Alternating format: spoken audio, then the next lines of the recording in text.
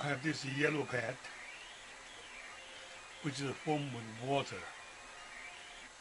and I can clean.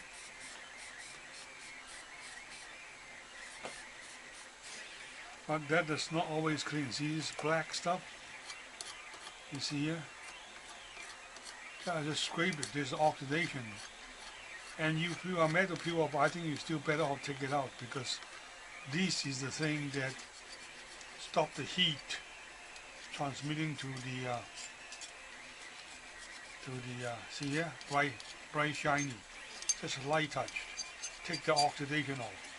Anything, box, knife, you can scrape. The other thing I want to teach you is tinning.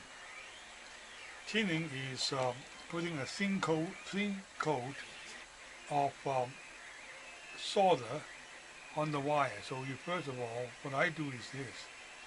I got excess links or these things. I twist them. And let me just do this red one. I normally dip it with a soldering paste, because that makes it easy for the solder to float. To do the tinning, first of all, I'll melt this first. See, it's melted. See how fast it melts? Because he would. And then I just coat it on. Well, I've only got one hand. So I run over these things.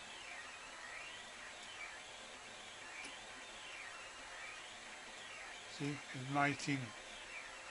It would be better, okay, and I cleaned it. It would be better if I have something to hold on to it. Let me try to see if I can get something to hold on. In this case, I use a small wire grip, but make sure I turn it so it's not squeezing too hard, because it will break the connector. I adjust him so you hold and slightly. Okay, he's holding this. So I have something good. Now I can tin the second one. The second one, which I do. I'm going to show you what I do.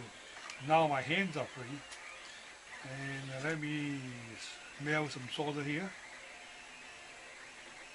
See, you melt right away.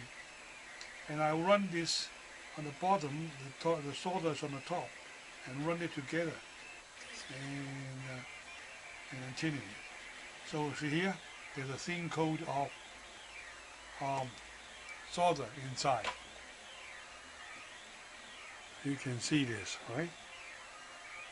Look, when my soldering gun is clean, I take it out, you see how fast this thing melts. It melts right away, see here? Yeah, if we don't remove the oxide, well, I can clean it off, of course.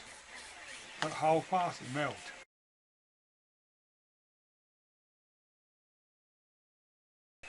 Shrink tubes. I know the shrink tube normally reduced by 50%. I just show you. This one is a simple demonstration.